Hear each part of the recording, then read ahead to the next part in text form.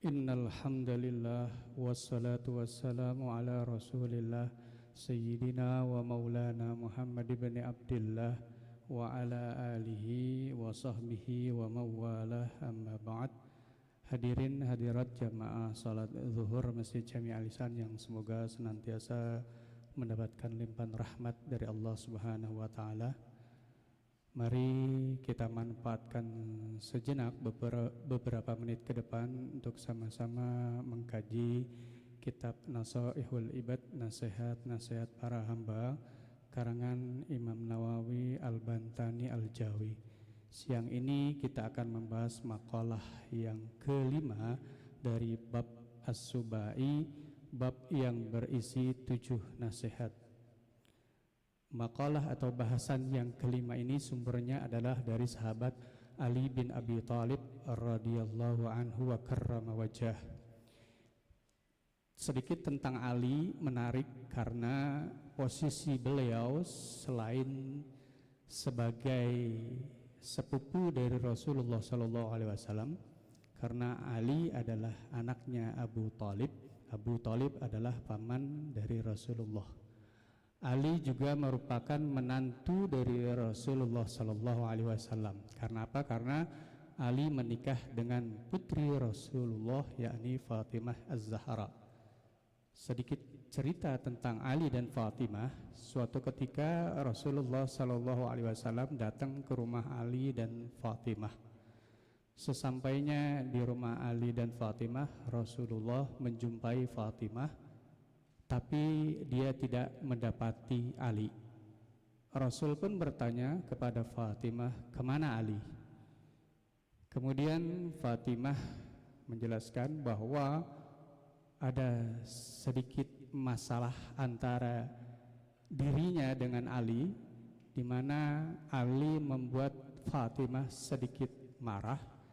Kemudian Ali pergi dari rumah dan Fatimah tidak tahu kemana.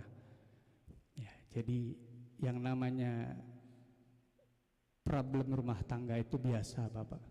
Itu juga dialami oleh Ali dan Fatimah. Kemudian Rasulullah menyuruh kepada sahabat yang lain, coba cari Ali. Kemana nih Ali? Dicarilah oleh sahabat yang lain Ali, dicari, ternyata Ali ada di masjid, lagi rebahan. Sahabat ini pun lapor kepada Rasulullah, Rasulullah, Ali ada di masjid lagi rebahan. Kemudian Rasulullah SAW pun nyamperin, menghampiri Ali. Ternyata benar dilihat oleh Rasulullah, si Ali ini lagi rebahan di masjid. Karena masjid zaman dulu itu belum lantainya belum ubin ya, bapak-bapak, ibu-ibu sekalian, masjid tanah liat. Maka baju atau selendangnya, jubahnya pun ketempelan dari tanah liat. Kemudian Rasul membangunkan Ali, kum ya Aba Turab, kum ya Aba Turab, bangun wahai bapaknya tanah liat, gitu, karena bajunya nempel ya, kunyah atau panggilannya. Nah, ini kasih sayang Rasul kepada mantu sekaligus sepupunya. Abu Turab atau Aba Turab ini menjadi salah satu panggilan favorit yang disukai oleh Ali bin Abi Thalib, Abu Turab. Ya, karena betapa Rasulullah cinta kepada Ali.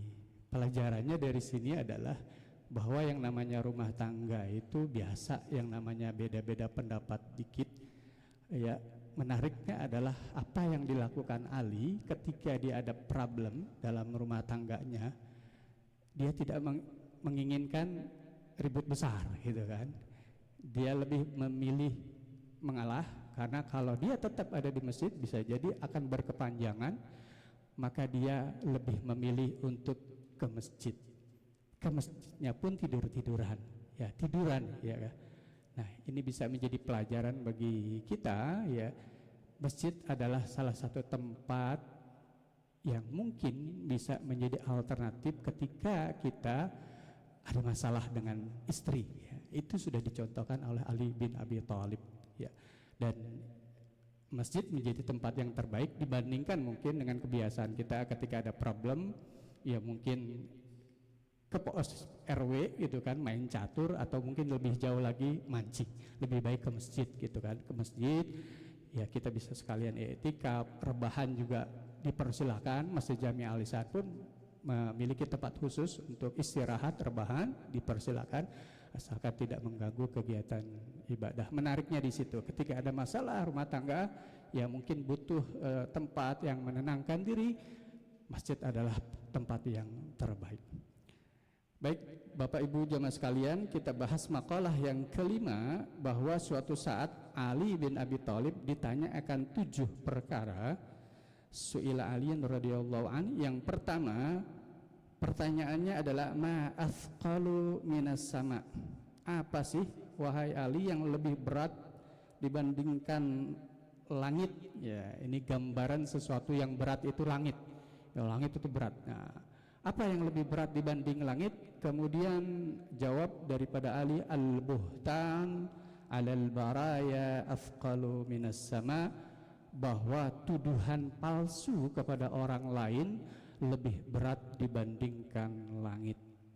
Kenapa lebih berat? Karena tuduhan palsu untuk permintaan ampunnya, ya, permintaan maafnya, kita tidak hanya kepada Allah, tapi kita butuh permohonan maaf kepada orang yang kita tuduh. Beratnya di sini, kepada orang yang kita tuduh.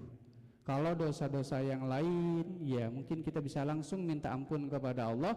Tapi kalau kita nuduh dengan tuduhan palsu kepada orang lain, selain kita istighfar, taubat kepada Allah, kita pun butuh dan harus minta ampun kepada orang yang kita tuduh. Karena itu dalam Islam kita nggak boleh gampang nuduh orang lain, nuduh kafir, nuduh munafik, nuduh ahli bid'ah, dan tuduhan-tuduhan yang lainnya. Jangan, ya jangan kita gampang menduduh orang lain dengan tuduhan-tuduhan yang sembarangan. Yang dianjurkan di dalam Islam adalah kita husnudzon, berprasangka baik kepada semua orang. Malah aib orang lain justru kita harus tutupin. Ya, karena apa? Karena itu ketika kita salah nuduh orang lain, luar biasa beratnya, lebih berat dibandingkan langit. Kemudian pertanyaan yang kedua yang disampaikan kepada Ali, wama awsa'u minal ard, apa sih yang lebih luas dibandingkan bumi? Ya, bumi ini kan luas banget ya Bapak Ibu sekalian, dari ujung timur, ujung barat, selatan, utara, ya kalau kita ukur luar biasa ya, penggambaran tentang betapa luasnya bumi. Tapi apa yang lebih luas dibandingkan bumi? Kemudian oleh Ali dijawab, wal haqqu awsa'u minal ardi, bahwa yang namanya kebenaran itu lebih luas dibandingkan bumi. Ya, jadi kebenaran itu kemanapun kita pergi pasti ada kebenaran. Walaupun negeri yang kita kunjungi itu negeri kafir, ya, penduduknya penuh dengan kemaksiatan, tapi tetap ada kebenaran di dalamnya. Kebenaran lebih luas dibandingkan bumi yang sangat luas. Kemudian pertanyaan yang ketiga yang disampaikan kepada Ali adalah wama aghna minal bahr. Apa sih yang lebih kaya dibandingkan lautan? Ya, ini penggambaran kekayaan itu laut. Karena apa? Karena di dalam laut itu luar biasa, ya, kekayaannya luar biasa. Biota laut, binatang-binatang yang ada di laut itu kan jutaan, miliaran mungkin ya. Itu kan kekayaan, ya. Belum terumbu karang, itu mahal tuh terumbu karang ya. Kalau bagi yang ngerti itu terumbu karang mahal. Belum yang ada di bawah laut, minyak, ya, lagi-lagi mahal tuh. Itu penggambaran kaya itu laut. Tapi apa sih yang lebih kaya dibandingkan laut? Kemudian dijawab oleh Ali, wa qalbul qani' aghna minal bahr, bahwa hati yang qanaah, yang nerimo, ya kata orang Jawa nerimo, ya, lebih kaya dibanding lautan yang begitu banyak kekayaan di dalamnya, ya. Jadi sikap qanaah itu luar biasa, ya. Makanya ada ahli hikmah pernah dia mengatakan, kami mencari 4 hal tapi kami salah jalan, ya. Pertama, dia mengatakan tolabanal ghina fil mal, kami ini mencari kekayaan itu di harta, ya, di harta, kekayaan itu harta. fa idza huwa fil qanaah, tapi ternyata itu keliru. Justru yang namanya kekayaan itu adalah ada di qanaah ataupun nerimo, ya, bukan di harta, ya. Ya, mencari kekayaan di harta tapi ternyata ada nerimo. Betapa banyak orang yang hartanya banyak, ya, tidak bahagia. Sebaliknya betapa banyak orang yang biasa saja, sederhana, hartanya dikit justru dia bahagia. Ya, al-ghina ghinan nas, kekayaan itu ada di dalam diri kita, bukan di harta. Yang kedua wa talabana rahata fil kathrah, kami mencari yang namanya ketenangan itu di dalam jumlah yang banyak. Fa idza hiya fil qillah, tapi justru sedikit itu yang menenangkan. Karena kalau banyak ngurusnya susah, ya, kalau dikit kan gampang ngurusnya gitu. Kemudian wa talabnal karamata fil khalq, jadi kami mencari kemuliaan di sama makhluk. Fa idza huwa fit taqwa, tapi ternyata kita dapatkan di dalam ketakwaan. Kemuliaan itu ada di dalam takwa. Dan yang keempat, wa talabana ni'mata fit ta'ami wal libas, kami mencari kenikmatan itu di makanan yang lezat-lezat, pakaian yang indah-indah. Fa idza hiya fis sitri wal islam, tapi itu kita tidak dapatkan, tapi justru kita dapatkan fis sitri, di dalam terjaganya kita dari aib dan harta, dari aib dan dosa, wal islam, dan kita dapatkan kenikmatan itu dengan berislam, ya. Jadi qanaah lebih kaya dibandingkan lautan. Kemudian pertanyaan yang keempat yang disampaikan kepada Ali adalah wa ma asyaddu minal hajar, apa sih yang lebih keras dibandingkan batu? Ya, karena penggambaran sesuatu yang keras ya batu, ya. Pertanyaan kepada Ali, apa sih yang lebih keras dibanding batu? Kemudian dijawab oleh Ali bin Abi Thalib, wa qalbul munafiqi asyaddu minal hajar, bahwa yang namanya hatinya orang munafik itu lebih keras dibandingkan batu. Karena sekeras-kerasnya batu itu bisa berubah, bisa celong gitu Bapak Ibu sekalian, ya. Nah, bisa celong, ya, dengan tetesan air yang terus menerus bisa berubah, itu yang namanya batu yang keras. Tapi hati orang munafik dengan berbagai macam nasihat susah untuk berubah. Kemudian yang kelima ditanyakan kembali kepada Ali, wa ma aharru minan nar, apa sih yang lebih panas dibandingkan api? Penggambaran sesuatu yang panas ya api gitu kan. Ditanyakan kepada Ali, Ali, apa yang lebih panas dibandingkan api? Kemudian dijawab oleh Ali, was-sultanul jair wa harru minan nar, pemimpin yang zalim, yang semena-mena itu lebih panas dibandingkan api. Makanya jangan dekat-dekat sama pemimpin yang zalim, kena panasnya nanti. Kemudian yang keenam ditanya kepada Ali, wa ma abradu minaz zamharir, apa yang lebih dingin dibanding zamharir? Zamharir itu neraka yang sangat dingin, ya. Apa sih yang lebih dingin? Kemudian jawabnya Ali adalah wal hajatu ilal laimi abradu minaz zamharir, minta tolong, ya, kepada orang yang sangat pelit itu lebih dingin dibandingkan neraka yang sangat dingin, ya. Bagaikan punduk merindukan bulan, ya. Nah, jadi kalau kita minta tolong sama orang yang sangat pelit itu lebih dingin, ya, karena sia-sia saja gitu kan. Dan yang ketujuh ditanyakan kepada Ali, wa ma amarru minas sami, apa sih sesuatu yang lebih pahit dibandingkan racun gitu kan. Kemudian jawab Ali, was-sabru amarru minas sami, bahwa yang namanya sabar itu lebih pahit dibandingkan racun. Karena sabar itu berat, ya, sabar itu berat. Yang ringan istirahat, ya.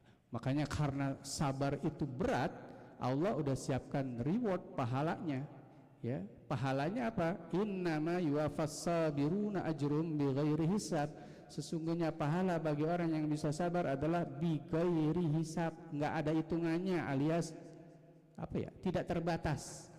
Kalau kita baca Quran 10 kali lipat, 1 huruf kali 10, ya, jelas. kalau kita sedekah masukin kotak ke kotak amal masjid, apalagi Masjid Jami Al-Ihsan lagi ada pembangunan renovasi tahap 3, kita masukin tuh kotak yang putih, bisa 700 kali lipat.